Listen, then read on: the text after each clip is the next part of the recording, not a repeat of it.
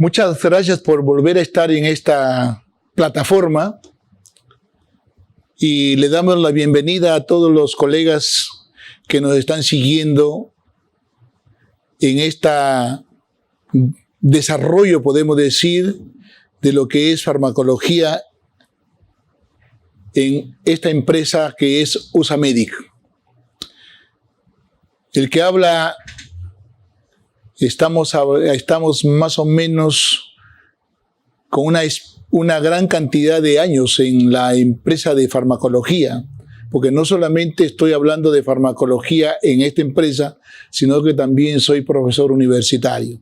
Así que hoy día vamos a tener el privilegio de poder desarrollar y generar algunas pautas básicas que tienen que ver con farmacología y especialmente en generalidades. Entonces, para no ir retrasando lo que tenemos que informar, vamos a ir avanzando en este momento. Hoy vamos a tratar en la parte básica de farmacología dos tópicos que son muy interesantes. La primera es lo que se llama farmacocinética y la segunda lo que se llama farmacodinamia. Para darles una idea, la farmacocinética, como decía el profesor de farmacología Velázquez, lo que el cuerpo le hace al fármaco. En este tópico tiene que ver el conocimiento del fármaco desde que ingresa al organismo hasta que se elimina. Esto es farmacocinética. Y el otro tópico muy importante, porque no solamente nos va a mencionar de lo anterior, sino que también nos va a informar cómo actúa el fármaco. Por eso decimos lo que el fármaco le hace al cuerpo. Y termina básicamente con los efectos que nosotros esperamos cuando administramos un fármaco a nuestro paciente. Tengo más o menos 39 años de médico anestesiólogo y creo que ha mejorado mi performance como anestesiólogo la información de farmacocinética y farmacodinamia de fármacos que se usan en el perioperatorio. Llámese, por ejemplo, opioides, llámese benzodiazepinas, llámese anestésicos locales, llámese de repente AINES, etcétera, etcétera. Pero es básico para esta especialidad de anestesiología el conocimiento de farmacocinética de los anestésicos y la farmacodinamia de los anestésicos. Muy bien. Es bueno resaltar en las fases en la acción de los fármacos. Hay tres fases muy importantes: la fase farmacéutica, la fase farmacocinética y la fase farmacodinámica, en donde cada fase tiene dos subcomponentes: el proceso que vamos a hablar, el resultado, proceso y resultado. Por ejemplo, en la fase farmacéutica, el proceso está incluyendo la desintegración del fármaco y la disolución del fármaco. ¿Y cuál es el resultado? Fármaco disponible para absorberse.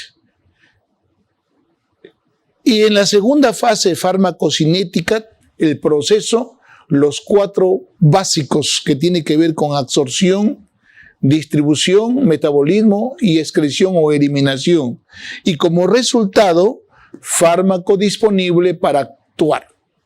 Y en la última fase farmacodinámica, proceso viene a ser la interacción de fármaco-receptor y el resultado final es el efecto terapéutico que uno puede esperar cuando se administra un fármaco. Recordemos siempre, esta es una definición muy amplia y creo que es muy interesante que usted lo pueda también conocer.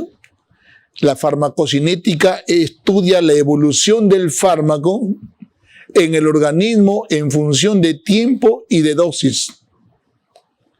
Y recordar siempre que la farmacocinética debemos siempre interpretarla como un proceso dinámico, donde todos los procesos, se refiere a la absorción, distribución, metabolismo y excreción, se dan en forma simultánea. Y aquí tenemos los 4 procesos y sus definiciones, que vamos a ir desarrollándolo a través de estas diapositivas. Pero, de todas maneras, vamos a empezar con esta diapositiva. La transferencia de fármacos a través de la membrana va a depender de 2 factores importantes. En primer lugar, las características de la membrana plasmática y, en segundo lugar, las propiedades físico-químicas de los fármacos. Cuando hablamos de la primera característica o factor, esto es lo que mencionamos, que la membrana plasmática tiene un grosor de 75 a 80 Armstrong, que tiene 2 bicapas lipídicas y una central que tiene que ver con la parte proteica.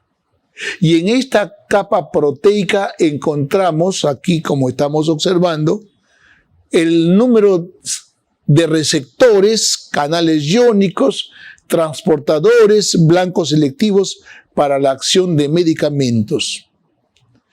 Y como ustedes quisieran así concluir, la membrana plasmática es una membrana con 2 bicapas lipídicas y una proteica. Entonces hablamos de una capa, de una membrana lipoproteica.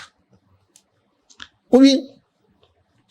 Para que ocurra un pasaje de un medio a otro medio, necesitamos entender que lo hacen de 2 formas. Por transporte activo, que tenemos en este caso, donde incluye la difusión pasiva y la difusión facilitada, donde se caracteriza por el pasaje de más concentración a menos concentración sin gastar energía, y el transporte activo de menor concentración a más concentración gastando energía.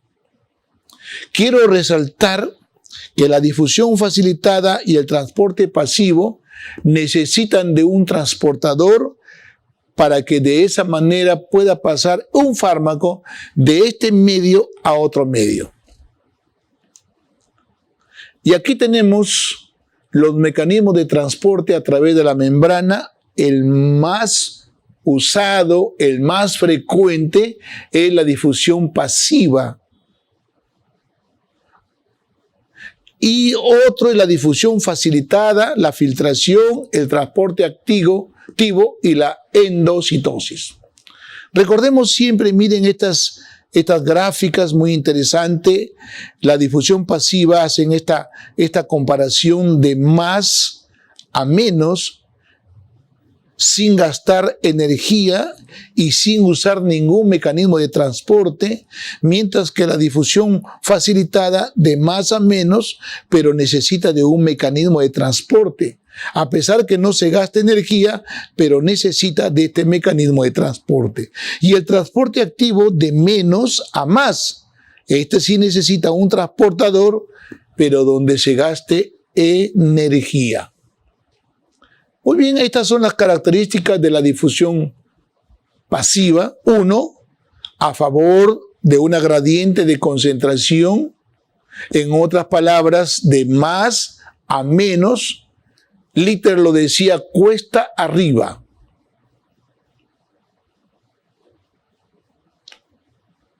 Perdón, cuesta abajo. Es lo que decía Litter, de más a menos. Luego, fármacos con elevada liposolubilidad. Recordemos siempre, está en relación al coeficiente de partición lípido-agua. Si este coeficiente lípido-agua es alto, entonces podemos decir que el fármaco es altamente liposoluble.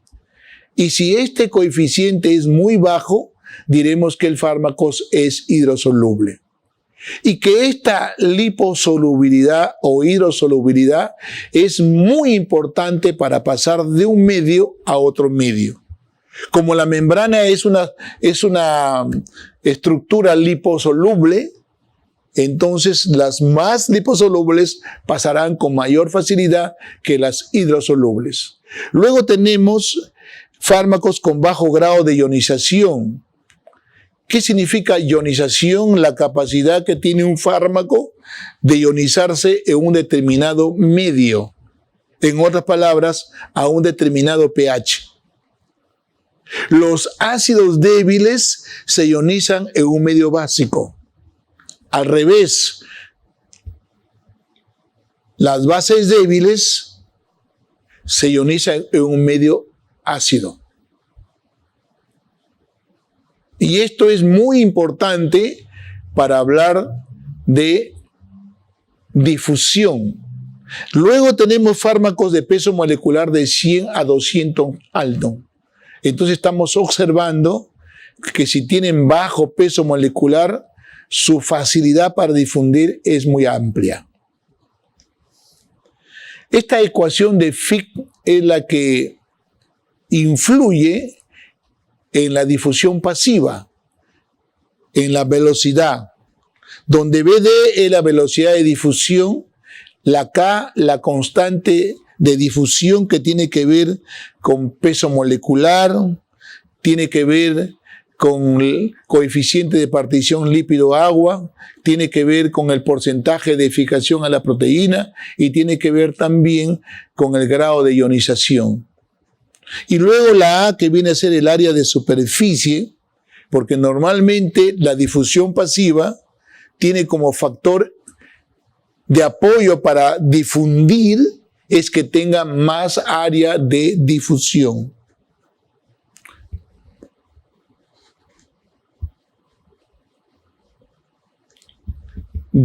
Vamos a seguir observando, también mirando las preguntas que están haciendo.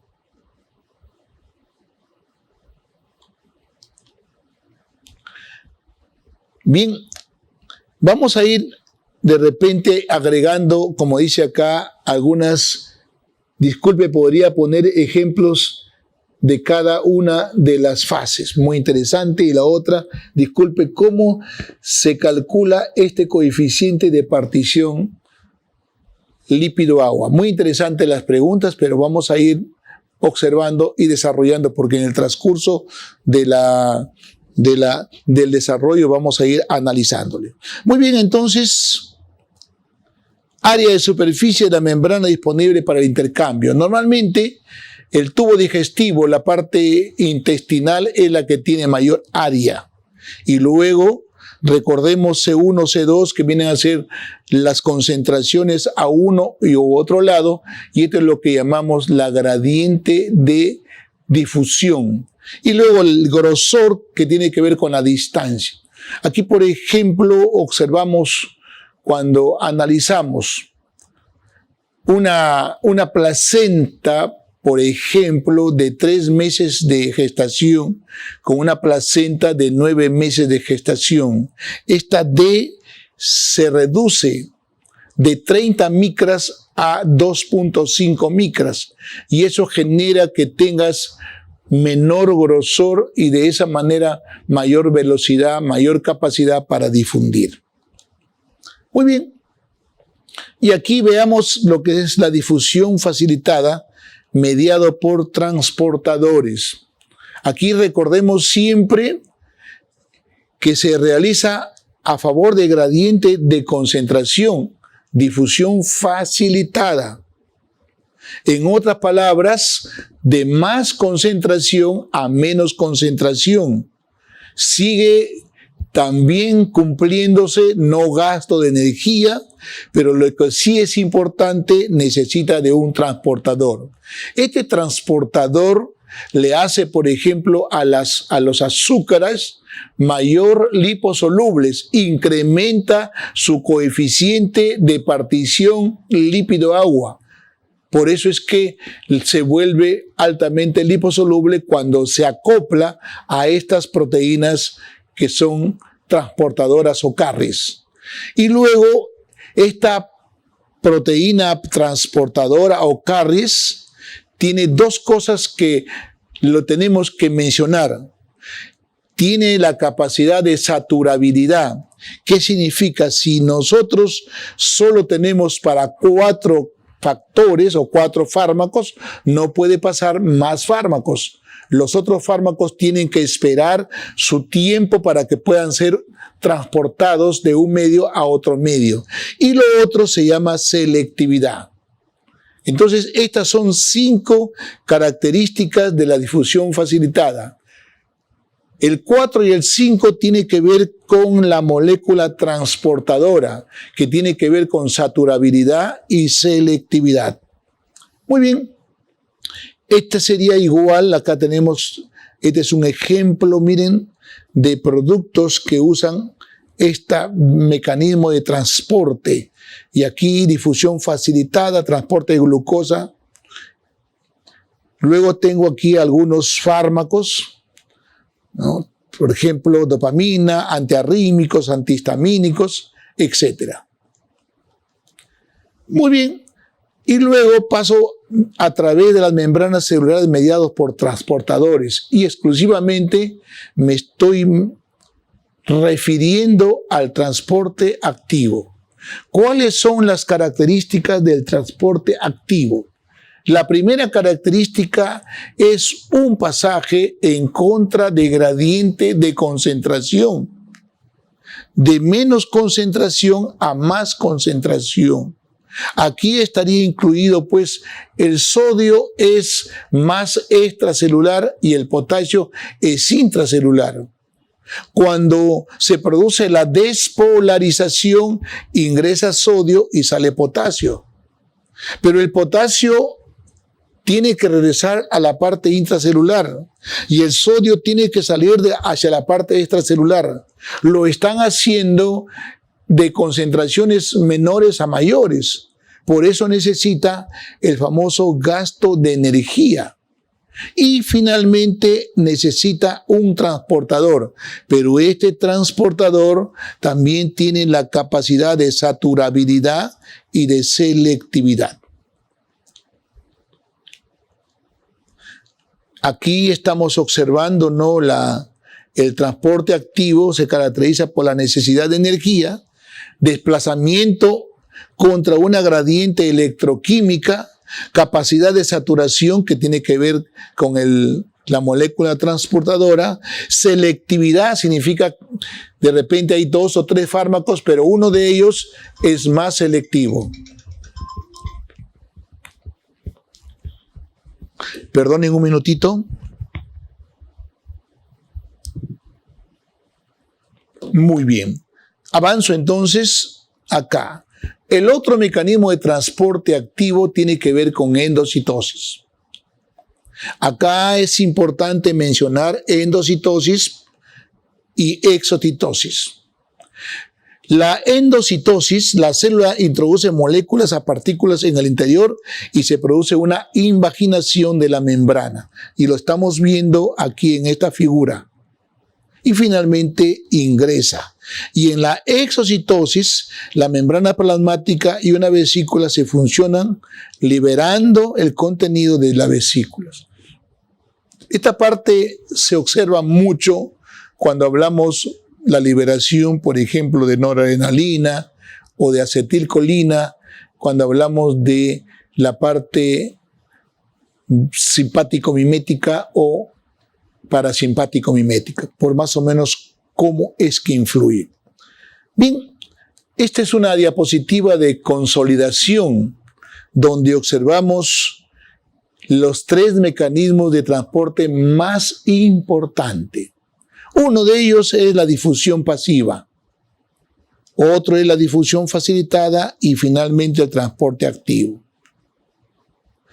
De estos 3, el único que requiere gasto de energía es el transporte activo, porque lo está haciendo de menos concentración a más concentración. En segundo lugar, transportador. La difusión facilitada y el transporte pasivo necesitan de transportador. En el caso de difusión facilitada, cuando se une al transportador, se vuelve más liposoluble.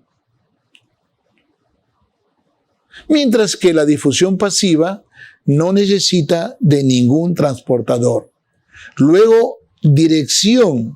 Se están refiriendo cómo lo está haciendo, de más a menos o de menos a más. Y finalmente observamos que la difusión pasiva y la difusión facilitada siempre ocurre de más a menos.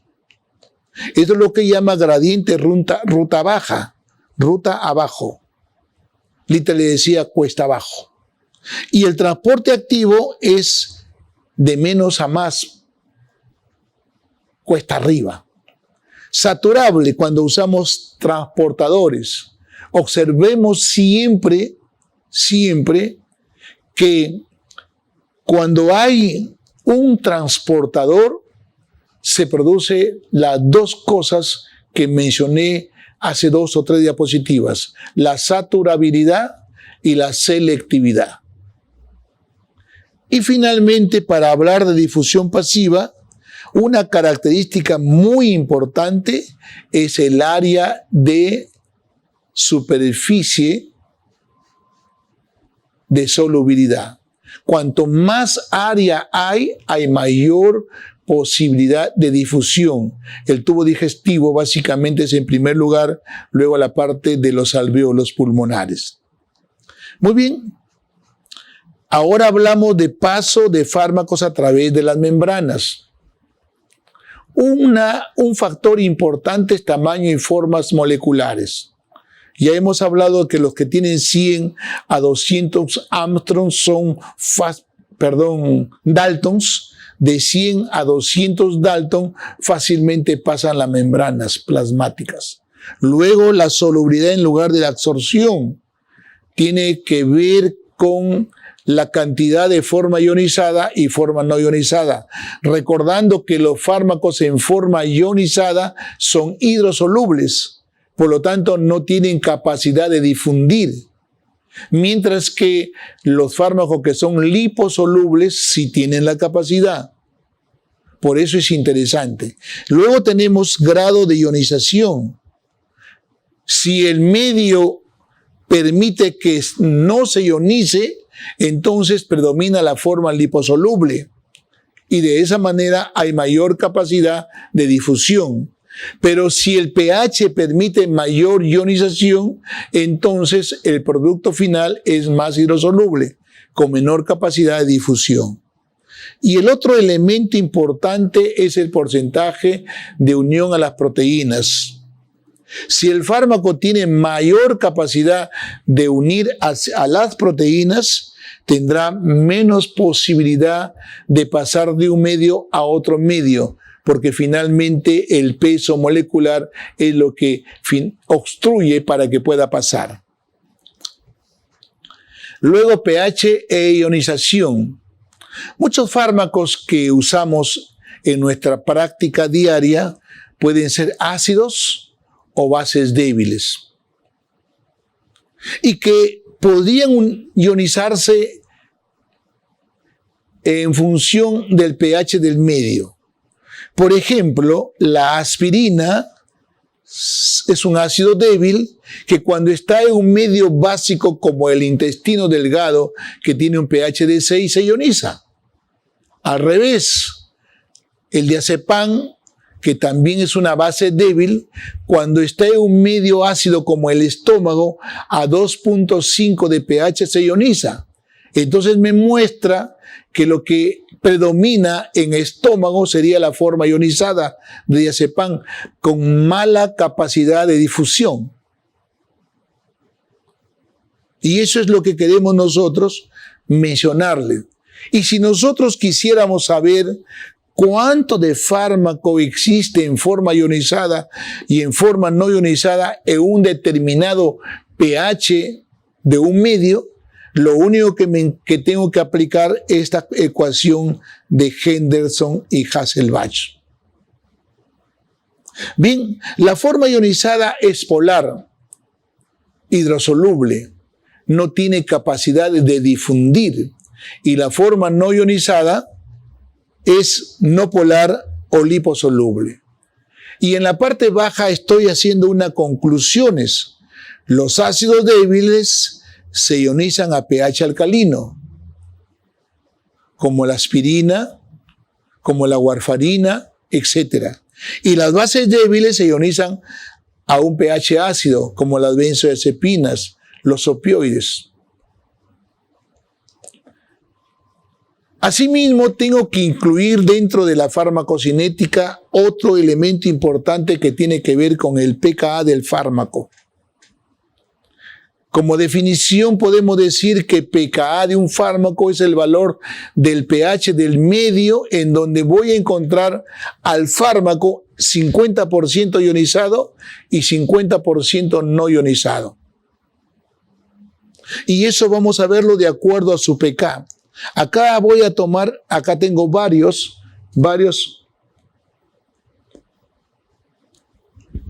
Bien. Acá hay algunas inquietudes. Dice, para recetar un fármaco con composición de base,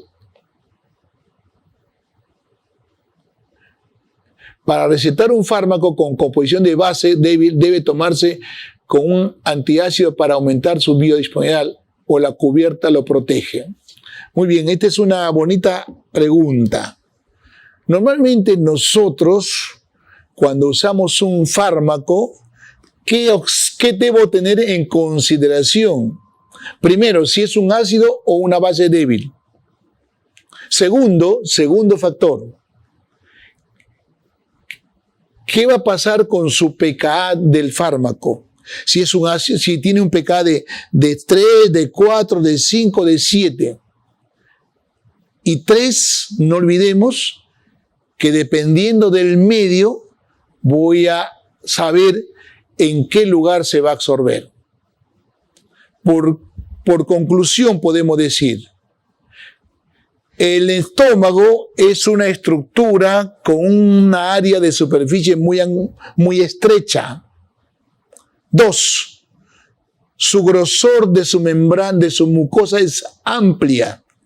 Y 3, la mayoría de fármacos, así sean ácidos débiles, a pesar de que el pH le permite tener más forma no ionizada, no tiene capacidad de absorción, porque la mayoría de fármacos se absorben en el intestino, especialmente en la primera porción.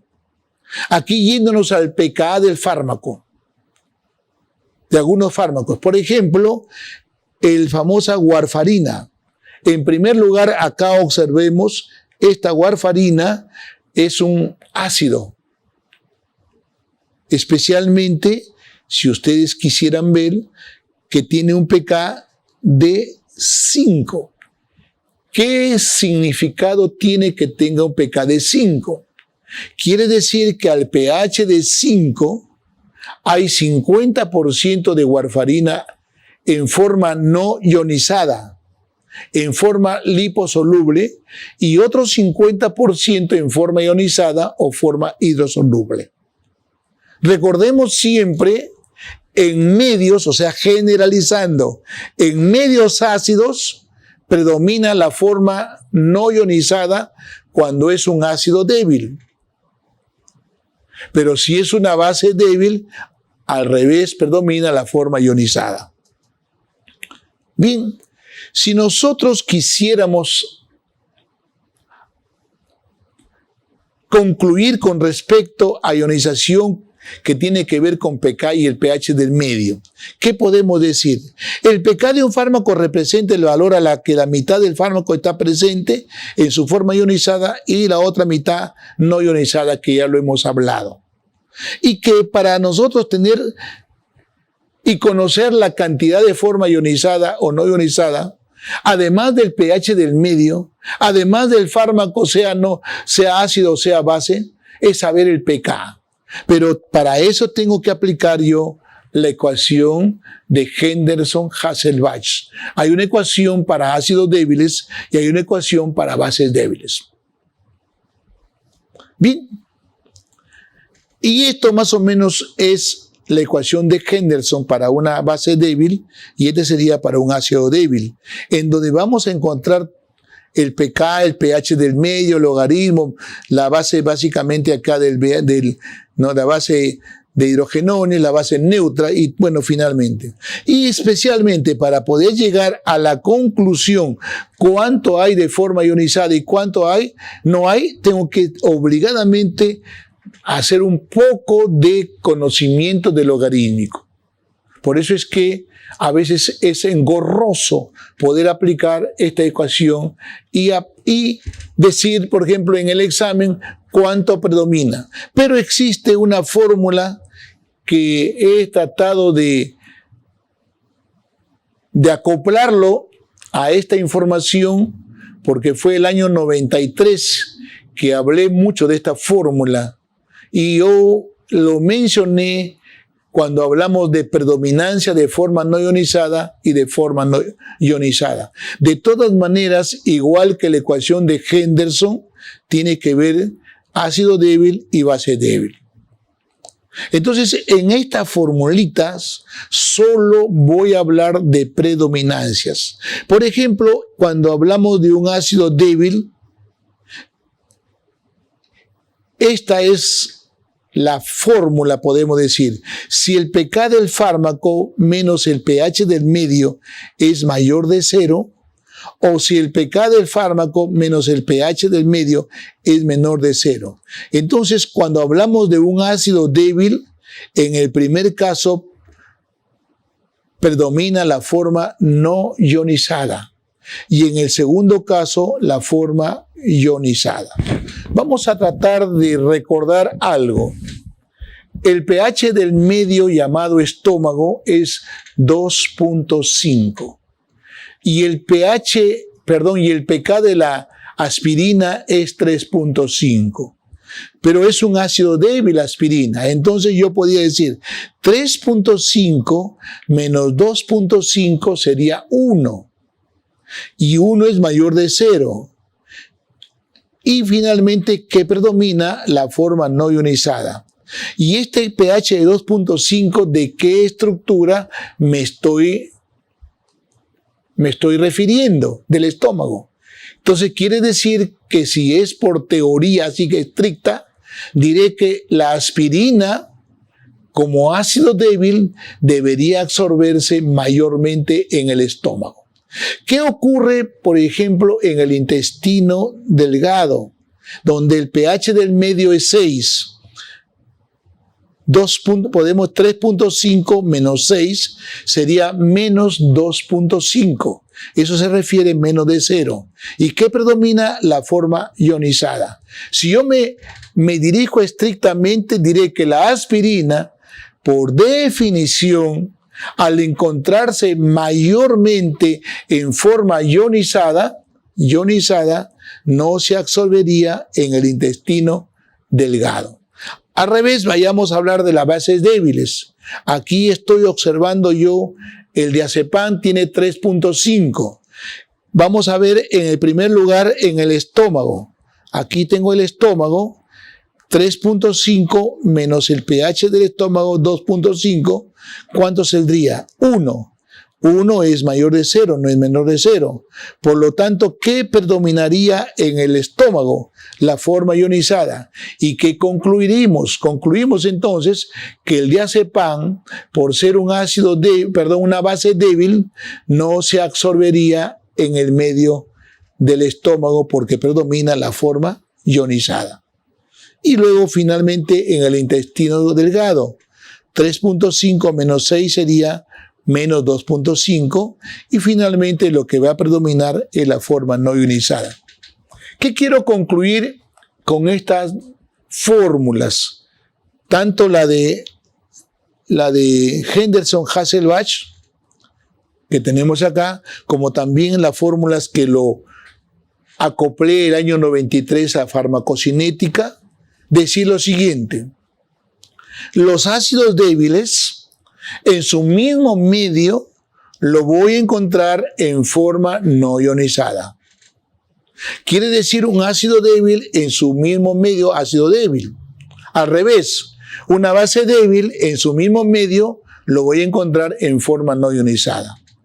Y con eso prácticamente usted se orienta para saber qué predomina y qué capacidad tiene de absorberse o de reabsorberse.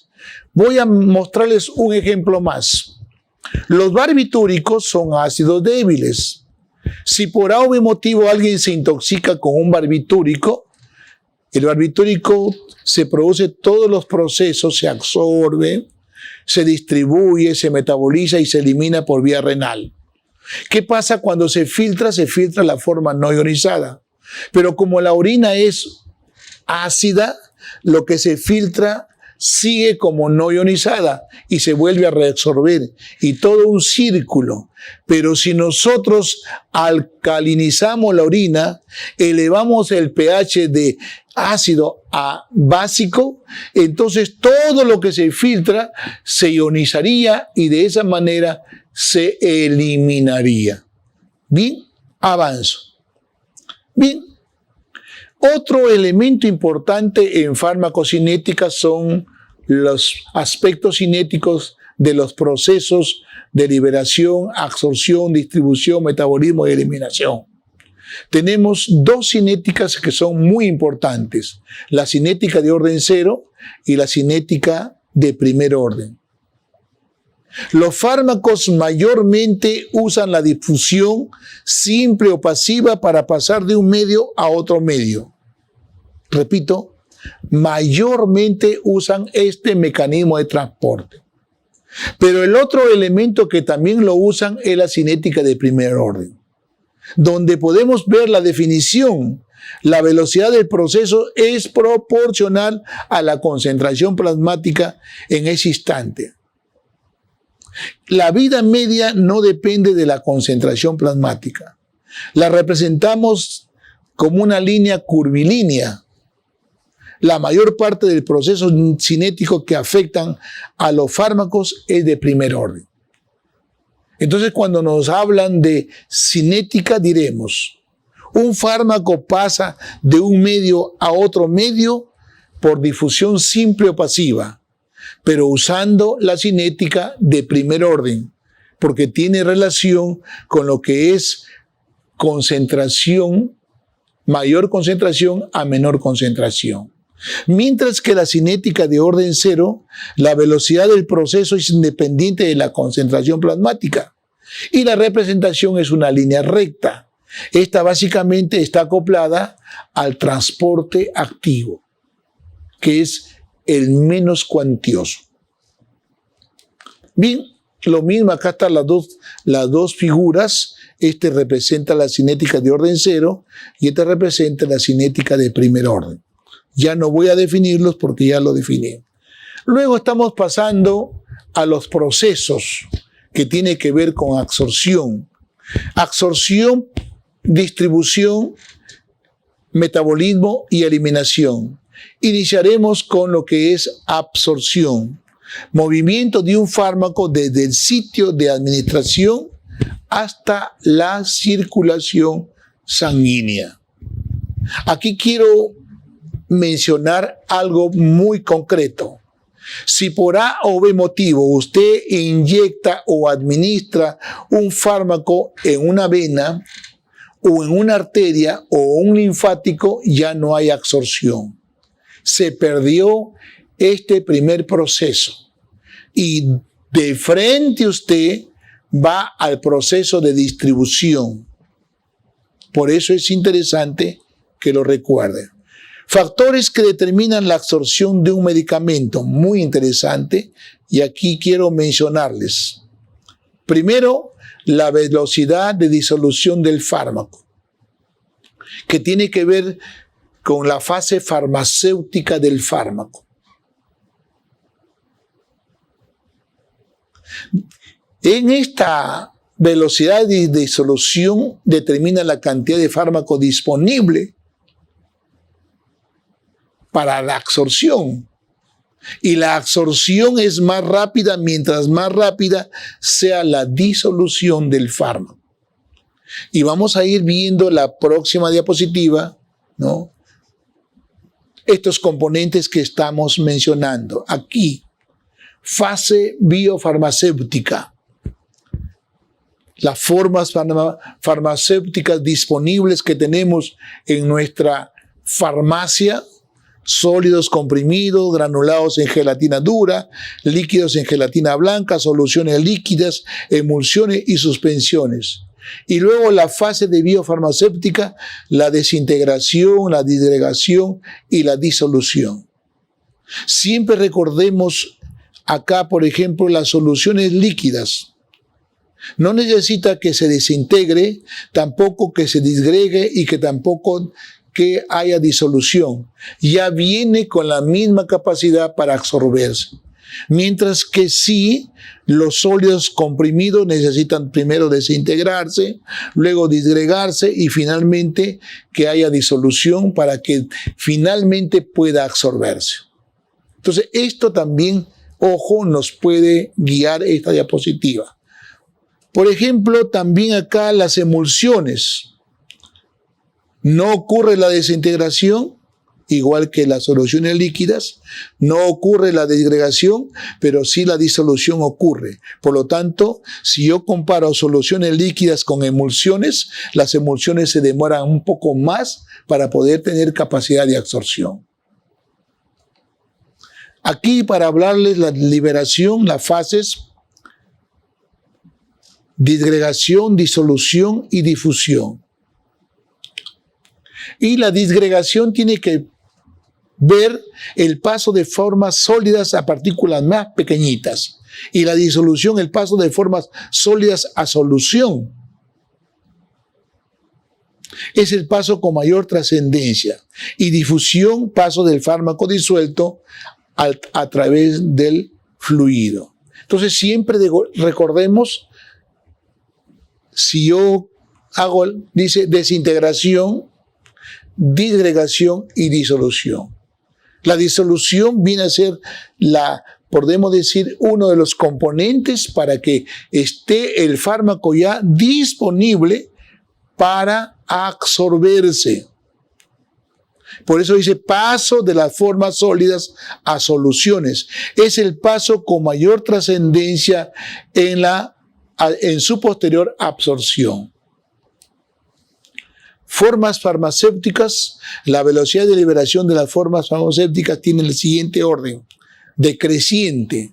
O sea, primero se van a absorber las líquidas y luego las sólidas. Muy bien, acá tengo las diferentes formas farmacéuticas de presentación: los polvos, las tabletas, las cápsulas, los comprimidos, los parches, los supositorios, las grajeas, los jarabes, los aerosoles, los inyectables, las suspensiones, las soluciones. El segundo factor que influye en la absorción es el pH del medio. Ya hemos hablado la importancia que tiene el pH de los fármacos que se están administrando. Y aquí estamos considerando que la absorción aumenta cuando el pH del medio favorece la presencia de forma no ionizada que difunde con mayor facilidad. Y aquí estoy mencionando medicamentos ácidos se absorben mejor en el estómago porque predomina la forma no ionizada. Y medicamentos básicos se absorben en medio básico como el duodeno. Tercer elemento que tiene que ver con la velocidad de absorción: solubilidad. A mayor liposolubilidad, más se facilita el paso del medicamento por las membranas, porque recuerde que la membrana es una estructura liposoluble. Aquí estoy colocando yo barbitúricos que son ácidos débiles Y estos son sus coeficientes de partición lípido-agua y el porcentaje de absorción. El que tiene mayor liposolubilidad o coeficiente de partición sangre lípido-agua es el que tiene mayor porcentaje de absorción.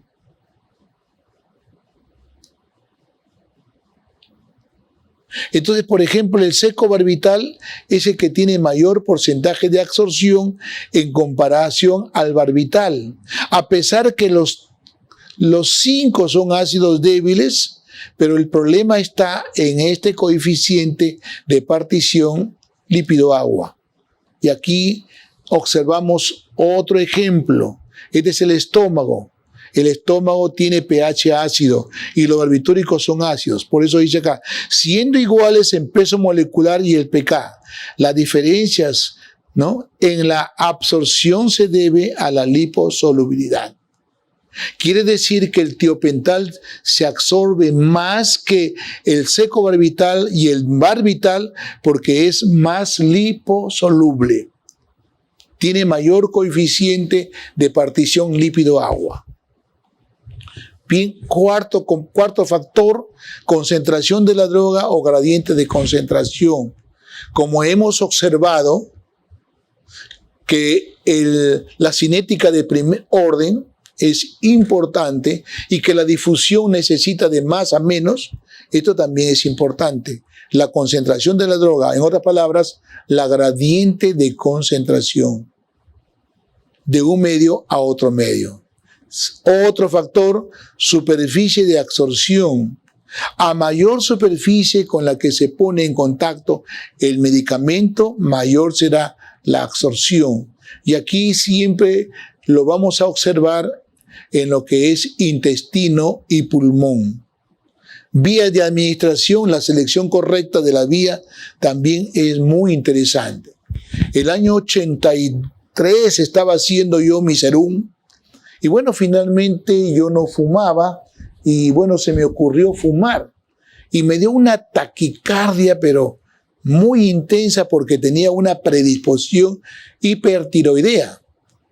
Y bueno, me fui yo a la posta y lo primero que hizo mi coleguita es decirme que estaba un poco estresado y que iba a colocarme una benzodiazepina por la nalga. Y me colocó diazepam.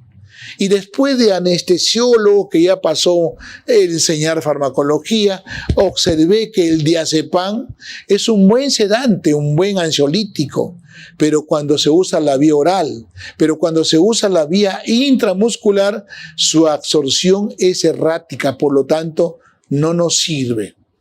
Pero hasta hoy hay muchos colegas que siguen usando esta vía de administración.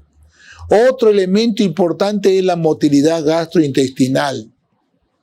Algunas enfermedades o medicamentos pueden enlentecer la motilidad gastro y afectar la absorción. Por ejemplo, los antimuscarínicos tipo atropina, escopolamina, los opioides, etc. Pero también otras cosas como el dolor, por ejemplo. El dolor genera liberación de catecolaminas que enlentecen. Al revés, también pueden alterar la absorción, el tránsito demasiado acelerado. Luego tenemos el flujo sanguíneo esplácnico. Hay circunstancias como en estados hipovolémicos, hipotensos, que se reduce el flujo sanguíneo esplácnico enlenteciendo la absorción.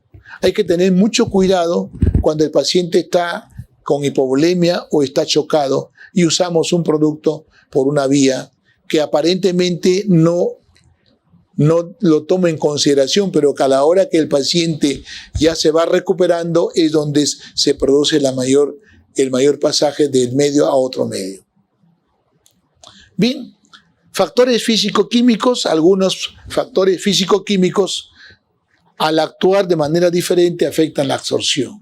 Por ejemplo, no es bueno usar leche con tetraciclinas, porque el calcio de la leche puede quelar a las tetraciclinas. Otro factor que siempre nos van a preguntar nuestros pacientes es lo que se llama ¿Con alimentos, sin alimento o indiferente, doctor? Entonces usted tiene la facultad de decir, este producto debes tomarlo con el estómago vacío, o este producto puedes tomar con el estómago lleno. Por eso aquí hablo de dos cosas. Por vía oral pueden disminuir o aumentar la presencia de alimentos. O también decir que algunos alimentos modifican. Y por eso que tengo acá el ejemplo. Por decir, no cambia si estás con el estómago lleno o vacío, el uso de diazepam, de digoxina, de glibenclamida, metronidazol, prednisona, sulfamidas, etc. Pero sí retrasa la absorción como de la aspirina, de la amoxil, de la ciprofloxacina, eritromicina, etc. Y también aumenta la absorción como la carbamazepina, el dicumarol, la fenitoína, la hidralazina, el litio, etc. Estas consideraciones usted lo tiene que familiarizarse de acuerdo a la especialidad que usted tiene como profesional. Bueno, mayormente los urólogos manejan mucho sus fármacos urológicos, los anestesiólogos sus fármacos anestésicos, pero de todas maneras, a medida que tú te vas familiarizando con estos fármacos, tú podrás decir, este producto puede usarlo sin alimentos y este con alimentos. Por ejemplo, la aspirina debe usarse sin alimentos, pero sabemos que es muy, podemos decir, gastropático. Entonces hay que tener muchísimo cuidado con este producto. Bien, avanzo. Pasamos al otro proceso, que es la distribución. Los fármacos, una vez absorbidos o administrados en el torrente circulatorio, se movilizan desde la sangre hacia los órganos en donde debe actuar o a los órganos que lo van a eliminar. Por ejemplo, yo uso Propofol para dormir a mi paciente, se llama inducción anestésica, y uso una buena vena. En 10 a 15 segundos el paciente se duerme. ¿Y a dónde va a irse? Básicamente a la estructura altamente liposoluble y con buena irrigación, especialmente sistema nervioso central.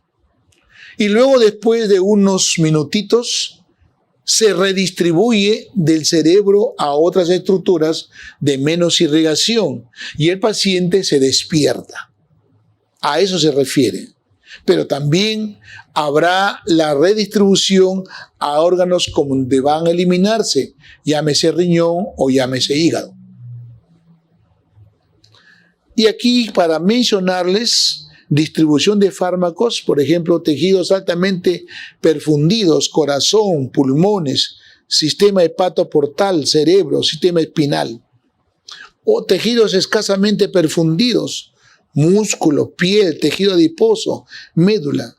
Tejidos de perfusión despreciable, huesos, dientes, cartílagos, pelos. Y aquí hago el hincapié que la distribución en los tejidos va a depender de factores como gradiente de pH, flujo sanguíneo regional, grado de unión del fármaco a proteínas, hidrofobia relativa del fármaco y volumen. No nos olvidemos esta distribución de fármacos cuando usted usa un fármaco en la terapia o en la parte de repente perioperatoria. Luego recordemos este parámetro farmacocinético que se llama volumen de distribución, BD. Es igual a la dosis que tú aplicas sobre la concentración plasmática.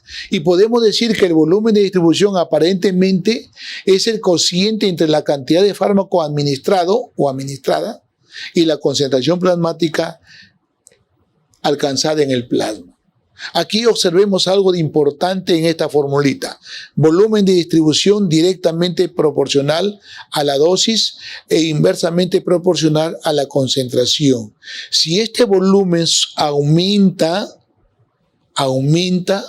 esta concentración plasmática se reduce. Al revés, si esta concentración plasmática se eleva, este volumen de distribución se acorta o se achica. Y aquí tenemos en esta diapositiva volumen de distribución, dosis sobre concentración plasmática. Aquí observemos que el volumen de distribución, a medida que va aumentando la concentración plasmática, observe acá, va bajando. De 140, 70, 50, 35. Por eso es que decimos que el volumen de distribución es inversamente proporcional a la concentración plasmática y directamente proporcional a la dosis. El volumen de distribución de un fármaco varía de acuerdo a propiedades físico-químicas del fármaco. Es correcto. Por ejemplo, yo estoy ahora en un proceso de manejo de pacientes para cirugía bariátrica. Y cuando hablamos de cirugía bariátrica, hablamos de fármacos liposolubles e hidrosolubles.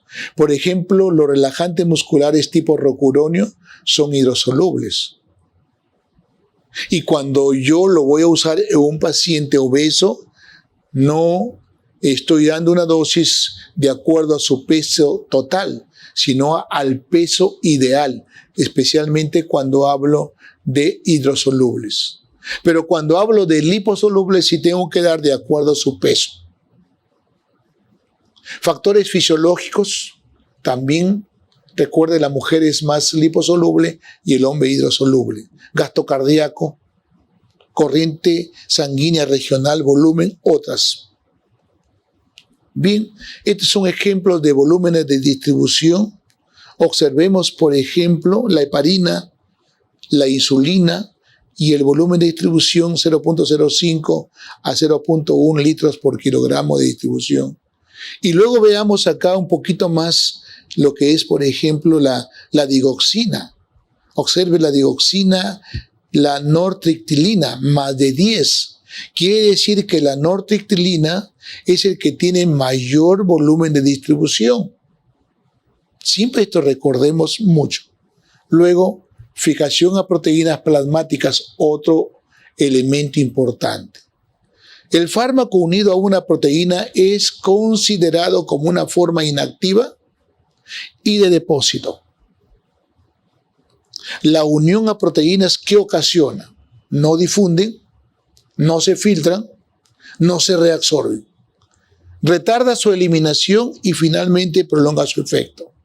Los ácidos débiles se fijan a la albúmina y las bases débiles a la alfa-1 ácido glicoproteína. Bien, la fijación a proteínas plasmáticas, posibles consecuencias: menor acceso o acceso más lento al receptor. Eliminación farmacológica más lenta, claro, cuando está muy unida a la proteína no tiene capacidad de filtración, salvo que tenga los glomérulos destruidos. Interacciones, competencia entre los fármacos por el mismo punto de fijación. Si la albúmina se une ácidos, de repente, pero la albúmina también puede unir a bases y también a no básicos. Pero si viniera un ácido, tiene mayor posibilidad de unirse. Por eso también es importante. Y hay cambios en las respuestas de los fármacos. Aquí, para hacerles hincapié esto: fijación a proteínas, drogas ácidas como la albúmina y drogas básicas albúmina glico. Quiere decir que a la albúmina y a la glicoproteína se pueden unir drogas básicas. Por ejemplo, el clordiazepóxido, el diazepam, se pueden unir a las glicoproteínas o a la albúmina. La lidocaína, anestésico local, igual se puede unir a la albúmina como a la glicoproteína.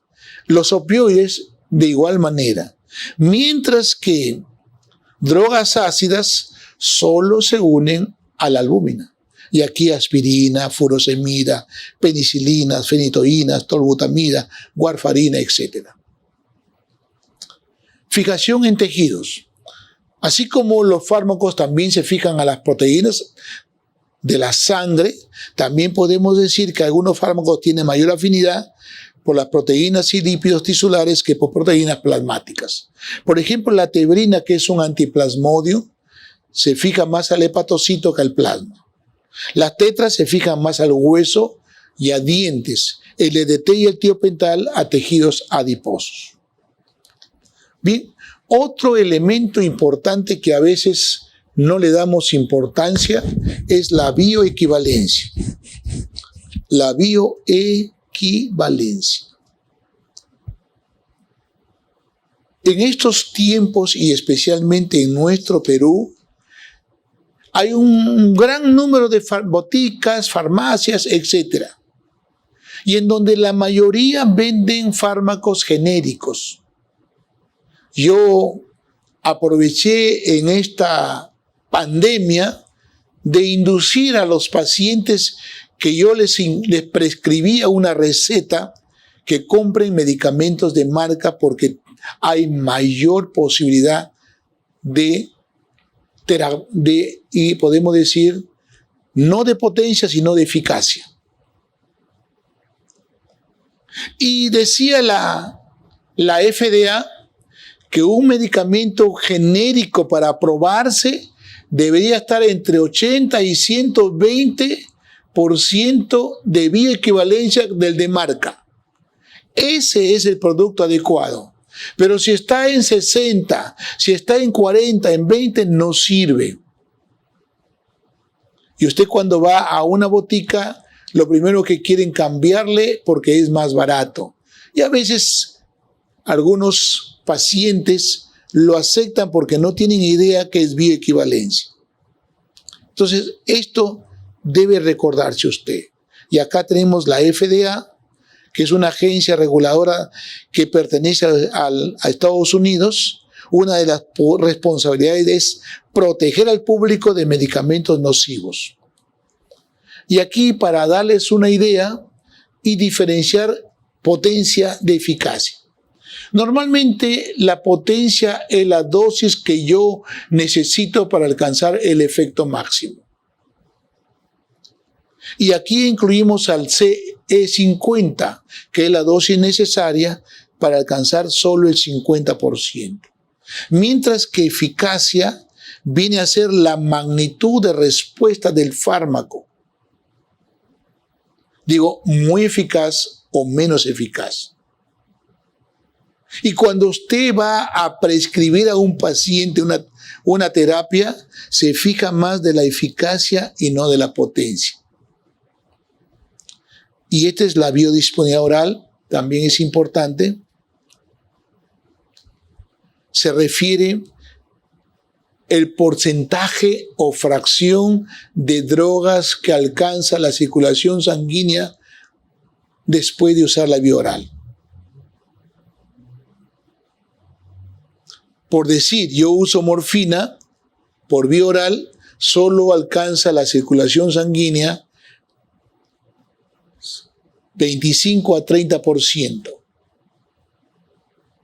Si yo uso 20 miligramos de morfina, solo va a alcanzarse 25%, sería 5 miligramos.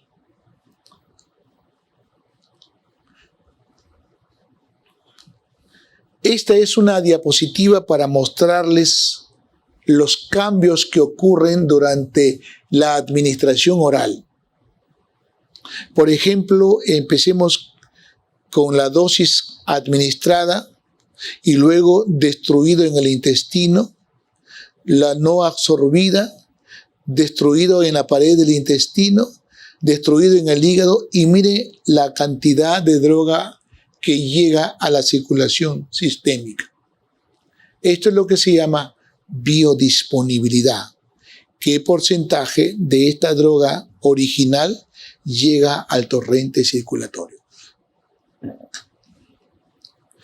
Esta es otra diapositiva para mostrarles. Por ejemplo, acá está el fármaco y de arranque se elimina 74% y solo me queda 26%. De esos 26%, 10% se elimina en la pared intestinal y 12% sería, ¿cuánto me quedaría? 16%. Y 12% a nivel hepático y solo me queda 4%. Si yo hago un análisis, diré, ¿este fármaco será adecuado para poder venderlo por vía enteral? No. Mucha cantidad se pierde y lo poco que se puede, podemos decir, llegar al torrente circulatorio es insuficiente. Por eso es que hay fármacos que son usados solo por vía parenteral y otros fármacos que son usados por vía enteral. Bien, factores que influyen en la biodisponibilidad. El metabolismo de primer paso, que ya lo hemos visto. Por ejemplo, cuando usted usa la vía sublingual, 0 metabolismo de primer paso. Cuando usa la vía rectal, 50%. Y cuando usa la vía oral, 100%. Solubilidad del fármaco, claro. Si es liposoluble o hidrosoluble. Estabilidad química también es importante. Naturaleza de formulación. ¿Está usted generando un producto en pastillas o en soluciones, etcétera? Y veamos además, esta es la biodisponibilidad de medicamentos, ejemplos. Por ejemplo, miren la amoxil 93%. Tiene una buena biodisponibilidad. Otro, por ejemplo, tiene el levofloxacino, 95%, el litio. Entonces, estos productos, cuando tú lo analizas, no necesito usar otra vía que no sea la vía oral, porque finalmente tiene buena biodisponibilidad. Bien, tiempo de vida media, otro parámetro farmacocinético muy importante. Aquí recordemos siempre, es el tiempo que tarda la concentración plasmática de un fármaco a caer a la mitad de su valor inicial. Es útil para calcular cuánto tiempo tarda un medicamento en ser eliminado del organismo. Entonces, esta vida media es muy interesante para que usted pueda administrar las drogas cada qué tiempo. Tiempo de vida media, acá hay 3 elementos importantes que usted no debe olvidar nunca. Perdón un ratito.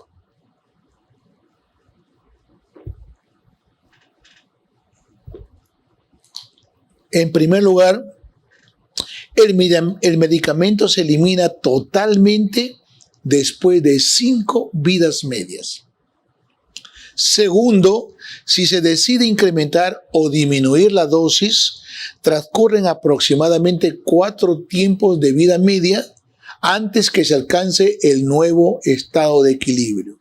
Recordemos que el estado de equilibrio es prácticamente la cantidad de fármaco que ingresa debe ser igual a la cantidad de fármaco que se elimina. Cuando el ingreso con el egreso son iguales, entonces estamos hablando de un estado de equilibrio. Y eso es lo que se usa mucho para saber cada qué tiempo voy a dar un medicamento.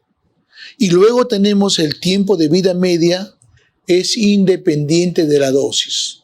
Para ir más o menos entendiendo, yo he trabajado mucho tiempo en lo que es cirugía vascular y cirugía cardíaca. Y a veces para hacer una cura de aneurisma abdominal, de arteria aorta abdominal, usamos heparina previo para evitar que se coagule. Uso yo 5.000 unidades y luego a la hora tengo que agregarle la mitad. 2.500. ¿Y por qué la mitad? Porque la vida media de la heparina es de 1 hora. Quiere decir que si yo doy 5.000, a la hora ya tendrá 2.500. Pero yo le agrego 2.500 para seguir manteniendo los 5.000 unidades. Y esto es lo que yo quisiera resaltarlo.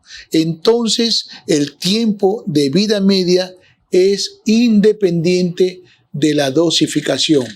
Si a un paciente yo le doy 5.000 unidades y a otro paciente le doy 50.000 unidades, al pasar 1 hora, este que se le administró 5.000 solo tiene 2.500 y el que se le administró 50.000 tiene 25.000. Quiere decir que ha pasado 1 hora para que la concentración se reduzca a la mitad. Bien, estas son las vidas medias que tenemos como ejemplos. Aquí lo recordamos muchísimo, por ejemplo, el aciclovir, la ampicilina 1.3 más menos 0.2, la digoxina 39, etcétera, el litio 22.5, etcétera. Bien, esta es la biotransformación, otro elemento importante. Y recordemos siempre la necesidad de tener en consideración las dos fases. La primera fase que tenemos acá es la fase 1, que tiene que ver con oxidación, reducción e hidrólisis. Y la fase 2 tiene que ver con la sulfoconjugación, metilación, acetilación, conjugación con glicina, conjugación con glutatio. Y luego recordemos entonces que todos estos procesos son importantes para terminar el efecto de la droga. Aquí observemos esta parte. Esta diapositiva tiene muchísimos años, pero no ha perdido su razón de ser. Por ejemplo, la fase 1 que acabamos de mencionar tiene oxidación, reducción e hidrólisis. Y la fase 2 tiene que ver con conjugación ¿con quién? Con ácido glucurónico, con ácido sulfúrico, con ácido acético, con glutamida y glicocola. Y luego entender el objetivo de la biotransformación. Una droga activa o activo se transforme en inactivo. Una droga liposoluble se transforme en hidrosoluble. Una droga no polar se transforme en polar. De esta manera, ese es el objetivo de la biotransformación. Y aquí hay dos subprocesos. El subproceso de bioactivación, una prodroga al metabolizarse se transforma en un metabolito activo, y luego la bioinactivación, la biotransformación reduce o anula la actividad del fármaco. Y aquí para recordarles, la fase 1 en el retículo endoplasmático y la fase 2 en el citosol. Y aquí están todo el grupo de enzimas. Recuerde siempre esta partecita. Bien, las principales enzimas de la fase 1 que tienen que ver con el citocromo P450. Y aquí está, por ejemplo, el CYP3A45, ese que tiene una mayor cantidad. Bien, principales enzimas de la fase 2, aquí estamos hablando del UGT, que es la glucoroniltransferasa, el NAT, que tiene que ver con N-acetiltransferasa, el sulfatransferasa y el GST, el glutatión S-transferasa. Entonces, miren, esta es la mayor cantidad. Estas son las principales enzimas. Mientras que en la fase 1, las famosas enzima es la ciclooxigenasa, Laxus. Acá tengo las famosas, Acá tengo el citocromo P450, que es lo mayor, las oxidasas. Aquí en lo que es básicamente en la fase 2, ahí tengo la mayor cantidad, la glucoroniltransferasa, la N-acetiltransferasa, la sulfotransferasa y glutatión S-transferasa. Muy bien. Metabolismo y reacciones, primera fase. Las más frecuentes son las oxidaciones. Se cataliza en el sistema de oxigenasas de función mixta, cuyo sistema más importante es el citocromo P450. Y existen unas 100 isoenzimas de citocromo P450, pero frecuentemente 2 o más isoenzimas catalizan el mismo tipo de reacción, indicando falta de especificidad. Factores que afectan la biotransformación, la edad. Recuerde, a medida que primero el recién nacido tiene una inmadurez enzimática. Por lo tanto, hay una reducción en este. Pero el anciano, a medida que pasa la edad, va perdiendo función. 2. El sexo. Las mujeres son más sensibles al etanol porque el efecto del primer paso en la mujer es más lento, mientras que en el varón es más rápido. Por eso es interesante. Especie. La fenilbutasona, 3 horas en el ser humano, en el conejo 6 horas, en el caballo 8, en el mono 18 y en el ratón 36. Raza. Nosotros, por ejemplo, somos acetiladores rápidos y lentos de la INH. Por eso es que somos personas que tenemos mayor drogoresistencia a la tuberculosis. Y aquí, por ejemplo, estamos hablando del esquimal, 50%, el británico 13%, el finlandés 13%. Ellos tienen menos posibilidades de lo que se llama drogoresistencia. Bueno, la condición clínica y fisiológica ya sabemos que es importante. Muy bien. Luego recordemos esta parte que tiene que ver con inhibidores e inductores de las enzimas microsomales. Hay un inhibidor muy conocido que es la cimetidina. La cimetidina, al inhibir al citocromo P450, prolongaría la acción de los fármacos porque no hay la enzima responsable de la degradación, o inhibiría la acción de aquellos que son biotransformados a agentes activos. Vamos a ir un ejemplo. Yo tomo enalapril para la terapia antihipertensiva. Si el enalapril no se transforma en enalaprilato, no funciona. Quiere decir, si yo tomo cimetidina, entonces estoy anulando el efecto del enalapril, porque estoy impidiendo que se transforme en enalaprilato. Y de esa manera no voy a tener un buen control de la presión arterial.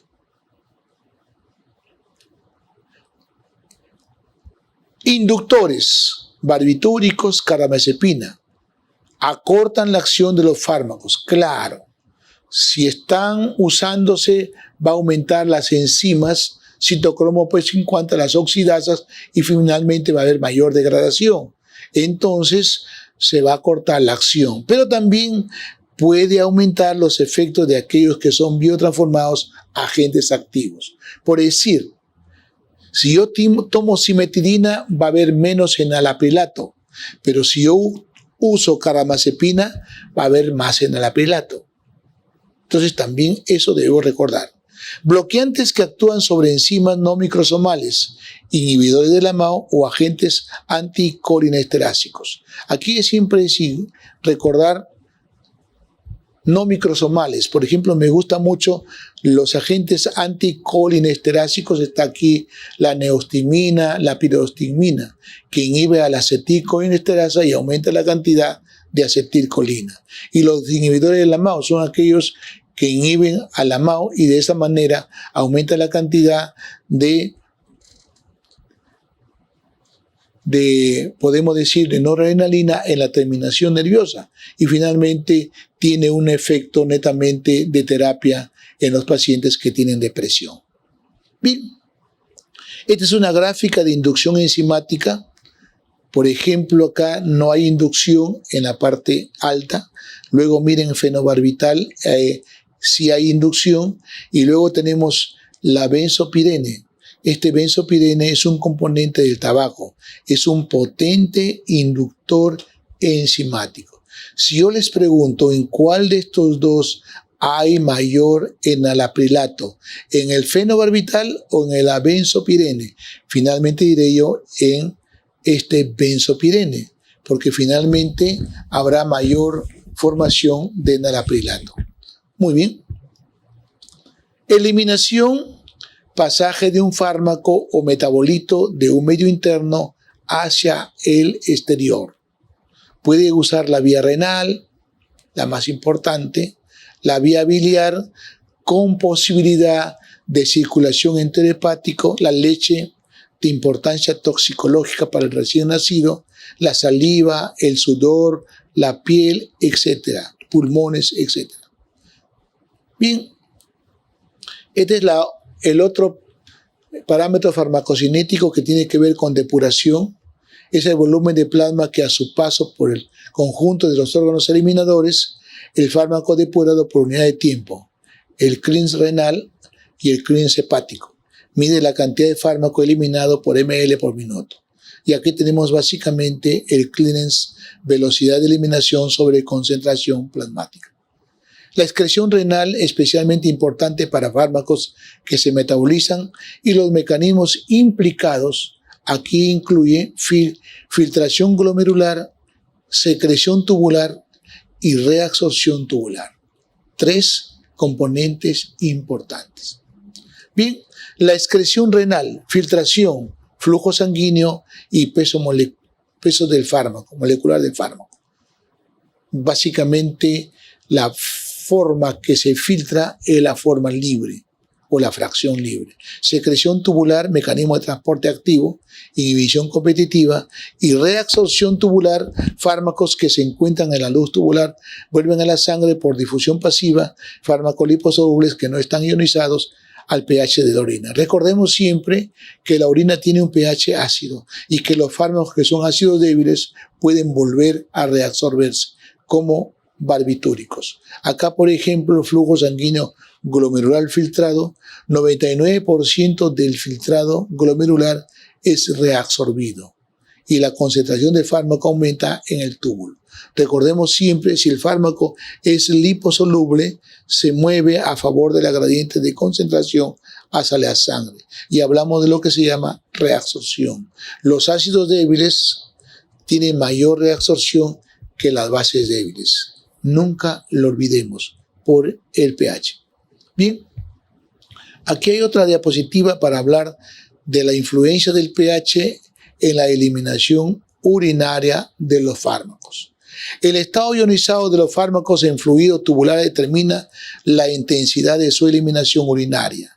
Fármacos muy ionizados no se reabsorben pasivamente, ejemplo, ácidos débiles según medio alcalino o bases débiles según medio ácido.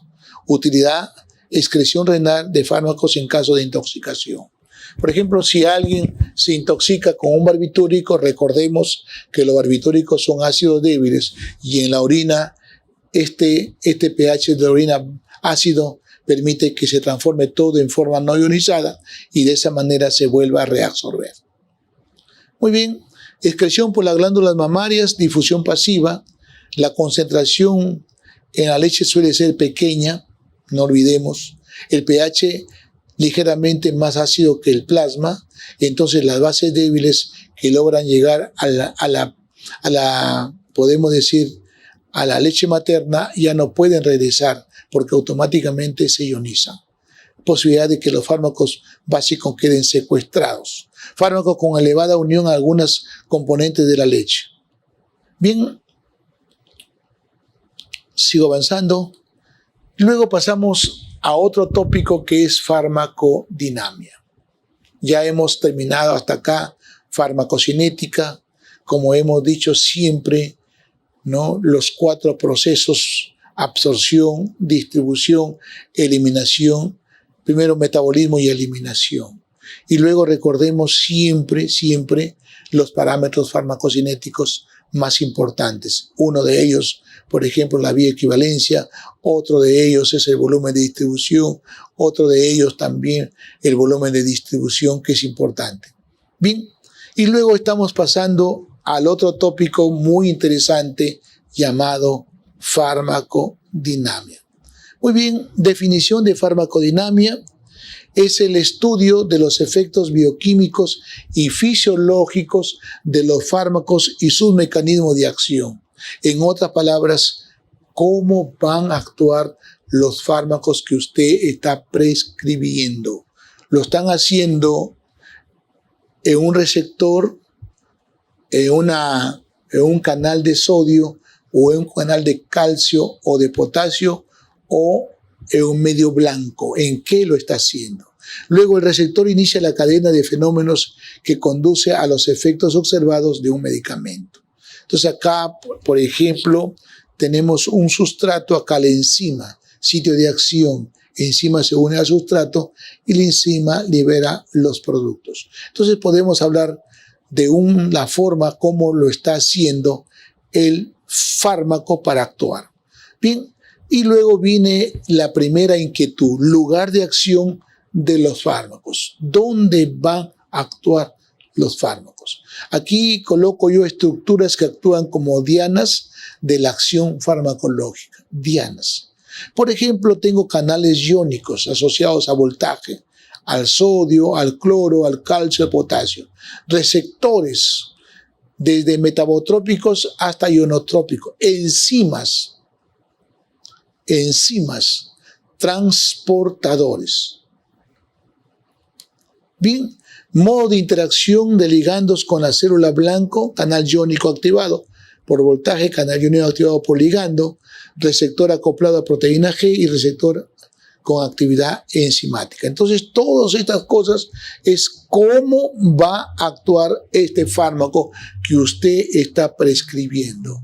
No solamente va a usted a saber cuánto le va a dar de dosis, cada qué tiempo le va a dar, sino tiene que saber cómo está actuando para que de esa manera usted pueda tener en consideración, ¿no?, al momento de los efectos. Por ejemplo, aquí estamos hablando de unión de fármacos y la activación del receptor. Acá tengo dos receptores. Este receptor es un receptor nicotínico y acá tengo otro receptor también muscarínico.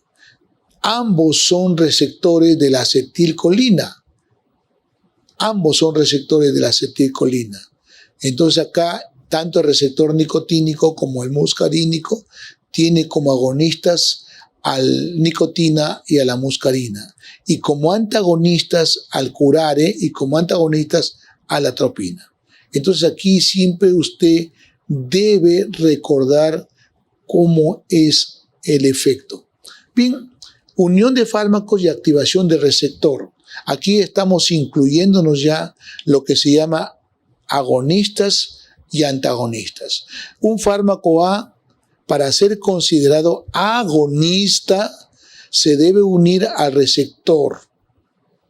Tiene que tener afinidad y luego vemos su eficacia, que tiene que ver con su respuesta.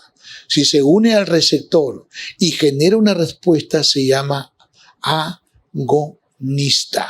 Pero si se une al receptor y no genera respuesta, se llama antagonista. Y aquí hay curva dosis-efecto. Por ejemplo, tengo acá esta figurita. La A se une al receptor y genera una respuesta máxima. Esto se llama agonista puro. La B y la C también se unen al receptor, pero sus respuestas son menores que la A. Y por eso se llama agonistas parciales. Mientras que la D se une al receptor con la misma afinidad que el agonista A, pero no genera respuesta, y esto es lo que se llama antagonista. Muy bien, aquí interacción del fármaco-receptor, agonistas competitivos, antagonistas competitivos, agonistas alostéricos y antagonistas alostéricos. Acá, por ejemplo, tengo este receptor, ¿no? Y este es el fármaco agonista y este es el fármaco antagonista. Si este agonista se une al receptor, genera una respuesta.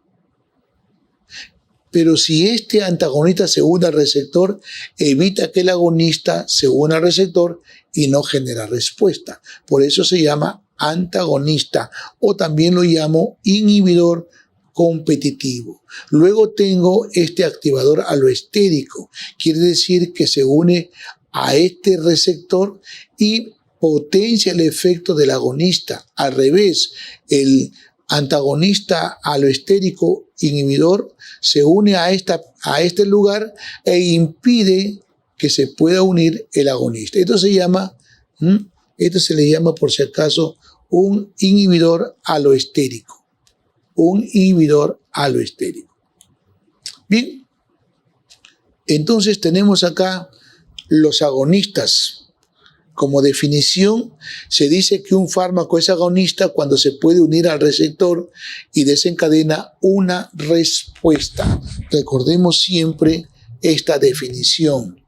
Se une al receptor y genera una respuesta.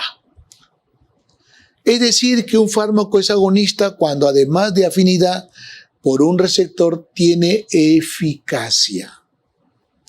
Un fármaco es un agonista parcial cuando posee afinidad por un receptor, pero desencadena una respuesta menor que la de un agonista puro. En otras palabras, siempre recordemos, la eficacia es menor de este grupo de fármacos. Antagonista, un fármaco es antagonista cuando posee afinidad por el receptor, pero no desencadena una respuesta. En otras palabras, no posee respuesta. Fármaco que se une y no hay respuesta se llama antagonista. Es decir, un antagonista posee afinidad, pero carece de eficacia.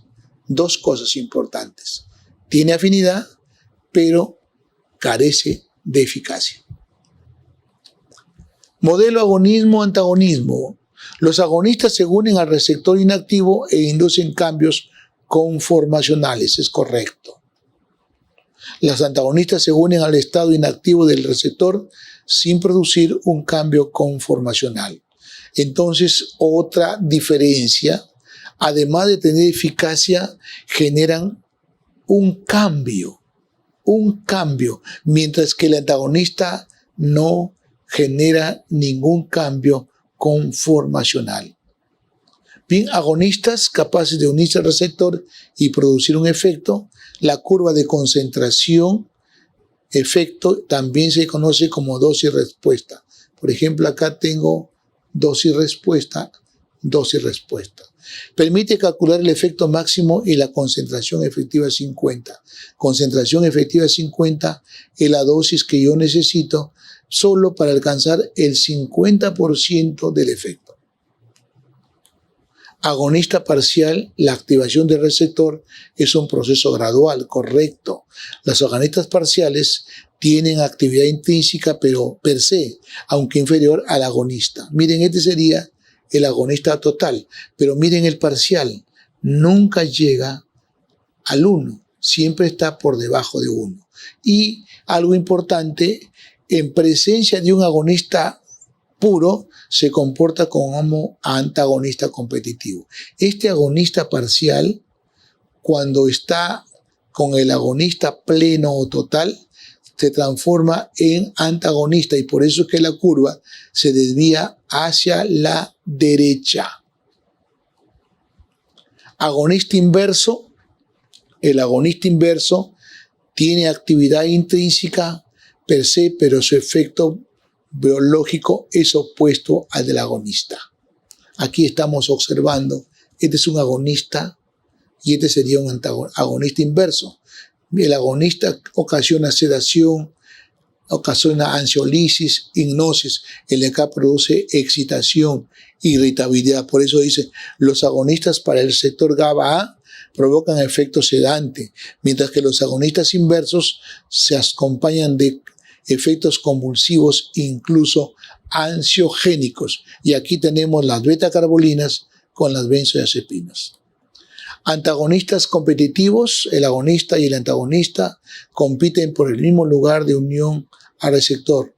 Es reversible al aumentar de la dosis de agonista. Entonces un antagonista es reversible. Un antagonista es reversible cuando yo aumento la dosis del antagonista y de esa manera lo revierto.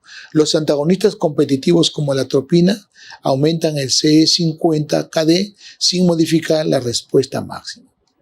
Bien, agonista competitivo reversible muy frecuente e importante, mayor concentración agonista necesaria para desplazar al antagonista.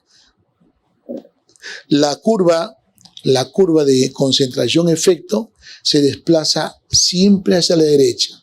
¿Qué significa eso? Que tiene eficacia, pero pierde potencia.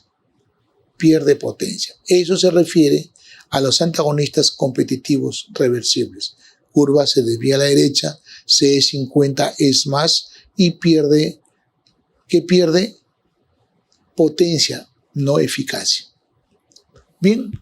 Tipo de antagonistas, los antagonistas no competitivos disminuyen la respuesta máxima, pero no alteran mayormente la concentración efectiva 50. Se mantiene esta concentración.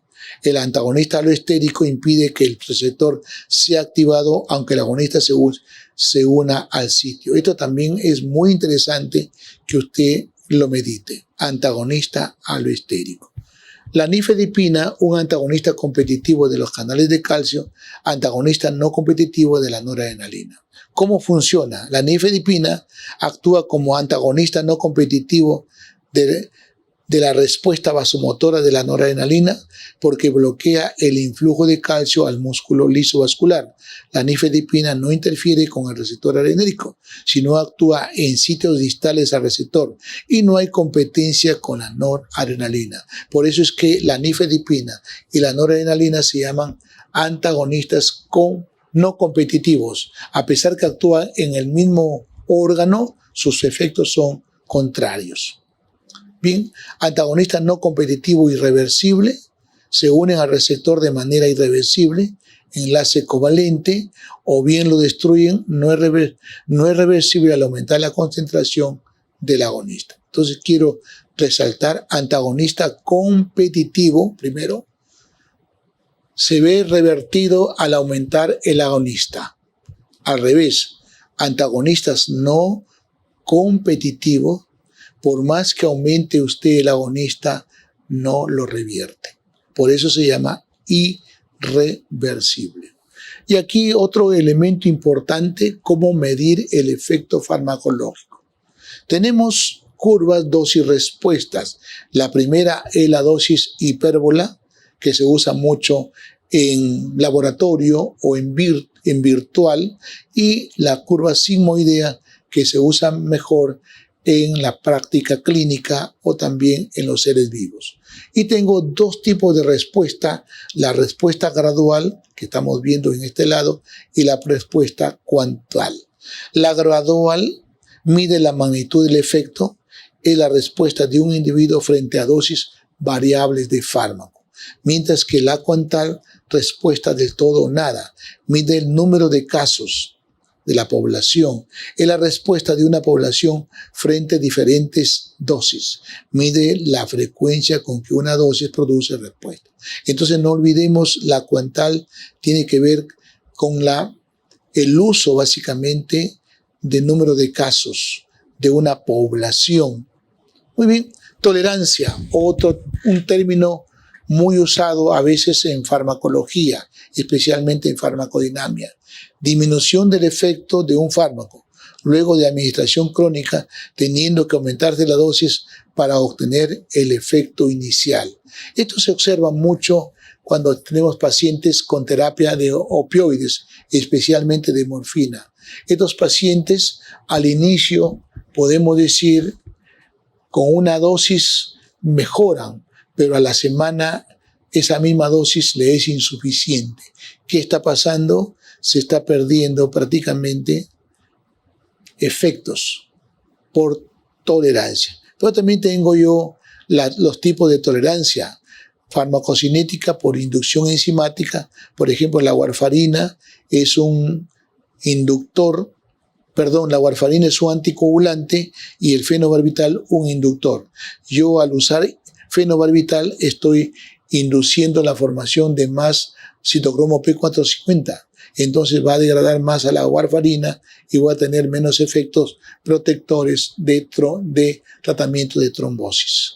Luego, los farmacodinámicos, modificaciones del nivel de receptor o alteraciones de la membrana. Ejemplos, la morfina o derivados de opioides. Otro término que a veces se confunde es la taquifilaxia. Disminución en la respuesta de un fármaco luego de la administración repetida en periodos cortos de tiempo. Algunos decían que la taquifilaxia ocurre en minutos a horas, mientras que la tolerancia en horas, días. Entonces eso también hay que mencionarlo. Algunos ejemplos, por ejemplo, aminas administradas en cortos intervalos desarrollan tolerancia aguda o taquifilaxia. Infusión de noradrenalina, infusión de adrenalina, infusión de dobutamina. Al inicio de repente estás dando 5 microgramos por kilo por minuto y a las 4 o 5 horas tienes que aumentarle la dosificación para que de esa manera tengas efecto. Bien, la desensibilización y taquifilaxia. Describe la pérdida de eficacia de un fármaco cuando se administra de forma continua. Esto lo observamos, por ejemplo, alteraciones de los receptores. Cuando nosotros usamos dobutamina o adrenalina o noradrenalina por tiempos prolongados, el receptor adrenérgico, que puede ser beta 1, se va destruyendo, se está introduciendo. Esto es lo que se llama reduciendo en la membrana y se llama downregulation, que significa menor número de receptores beta 1 en la membrana. Por lo tanto, tú necesitas incrementar la dosis para lograr el efecto. Luego, agotamiento de mediadores. Eso lo observamos, por ejemplo, cuando un paciente toma anfetaminas. Las anfetaminas inducen la liberación de noradrenalina, pero llega el momento en que ya no hay nada que liberar. Por lo tanto, su efecto se ve también agotado. Aumento del metabolismo del fármaco. Básicamente cuando se usa inductores. Cuando usamos inductores como fenobarbital o de repente otros productos. Mecanismos fisiológicos de compensación o también expulsión de fármacos de la célula diana. Bien, hasta ahí estamos ya desarrollando todo lo que es farmacocinética y todo lo que es farmacodinamia. Vamos a quedarnos acá, hacemos un pequeño, podemos decir, una paradita, un pequeño reposito y nos vamos en 15 minutos. Estamos para reiniciar con la última parte y finalmente ya desarrollar las preguntas que encontramos en Usamedi. Bien, antes de continuar, quiero aprovechar para ver acá cómo sería el accionar de un agonista inverso. Por ejemplo, yo tengo diazepam. Normalmente espero en mi paciente que tenga sedación, ansiolisis e hipnosis. Pero si yo lo estoy usando una beta-carbolina como la picotoxina, me va a producir excitación, me va a producir efecto convulsivo. A eso se refiere esa parte. Estaba en la diapositiva. Muy bien, creo que estaría bien. Bien, de repente, ¿cómo se calcula el coeficiente de partición? Bueno, finalmente, cada fármaco tiene su coeficiente de partición que ya viene prácticamente orientado desde su fabricación. No he revisado mucho sobre eso. Creo que ya lo hemos dado los ejemplos de cada una de las fases. Bien, vamos a continuar entonces en la siguiente.